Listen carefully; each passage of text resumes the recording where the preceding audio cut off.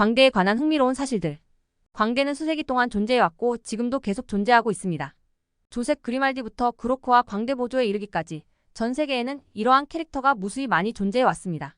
분장과 의상 때문에 광대를 싫어하든 좋아하든 여러분이 몰랐던 광대에 관한 재미있는 사실을 소개합니다. 1991년 850명의 광대가 모여 최대 규모의 프로 광대 모임 기록을 세웠습니다. 기네스 월드 레코드에 등재된 이 기록은 영국 보그너 레디스 호텔에서 수립되었습니다. 이 모임에는 북미에서 온 430명의 광대가 참여했습니다.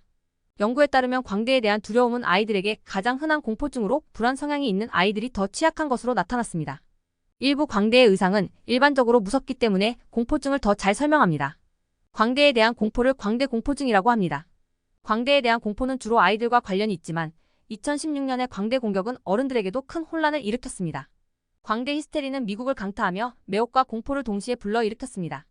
광대 열풍은 사우스캐롤라이나에서 시작되었는데 광대가 아이들을 숲으로 유인하는 것이 목격되었다는 보도가 있었습니다. 곧이어 엘라베마와 위스콘신에서도 무서운 광대를 목격했다는 신고가 이어졌습니다. 대부분의 신고는 허위로 밝혀졌지만 몇 건이 체포되기도 했습니다. 사망한 광대를 기리기 위한 연례 광대 예배가 있습니다. 보통 영국의 홀리 트리니티 교회에서 열리는 연례 광대 예배는 사망한 광대를 기리기 위해 매년 열립니다.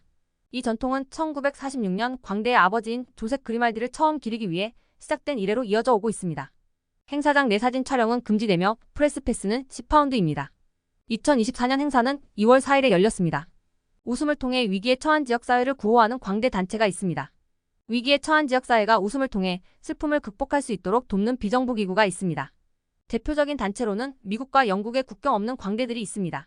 과거의 광대는 주로 알코올 중독자와 같은 사회의 하층민 캐릭터를 흉내내는 데 사용되었습니다.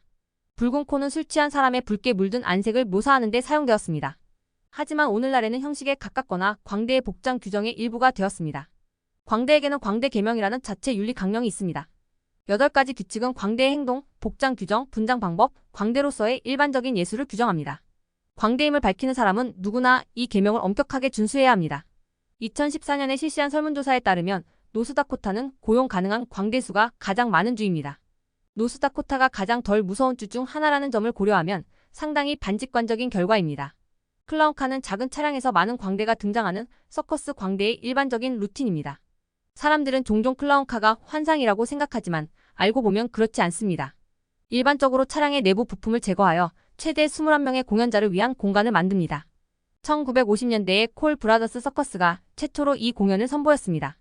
토론토 역사상 가장 큰 난투극 중 하나는 1855년 한 매춘업소에서 서커스 공연을 하던 광대들이 지역 자원봉사 소방대와 교전하면서 발생했습니다.